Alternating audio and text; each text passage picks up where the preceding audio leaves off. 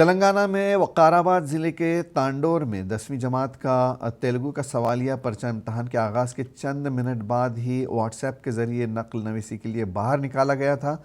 اطلاع پاتے ہی عہدیداروں نے فوری کارروائی کی۔ اس سلسلے میں 4 لوگوں کو خدمات سے معطل کر دیا گیا ہے۔ معطل کیے گئے افراد میں تانڈور گورنمنٹ نمبر 1 اسکول کے ٹیچر بنڈپا اور امتحانی مرکز کے انویجیلیٹر سمپا سرینیواس، چیف سپرنٹینڈنٹ شیو کمار اور ڈپارٹمنٹل آفیسر گوپال شامل ہیں۔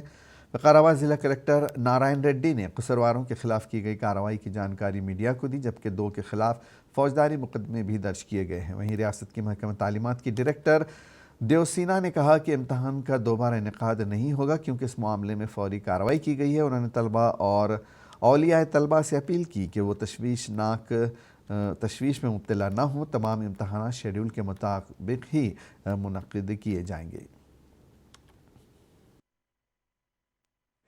ఇద్దరు ఎవరైతే ఇన్వాల్వ్ అయినారో వాళ్ళిద్దరిని ఇమీడియట్ ఎఫెక్ట్తో సస్పెండ్ చేస్తూ వాళ్ళిద్దరి మీద కూడా క్రిమినల్ కేసు ఫైల్ చేసి ఫర్దర్ ఇన్వెస్టిగేషన్ చేయాల్సిందిగా పోలీస్ డిపార్ట్మెంట్ ఆదేశాలు ఇవ్వడం జరిగింది।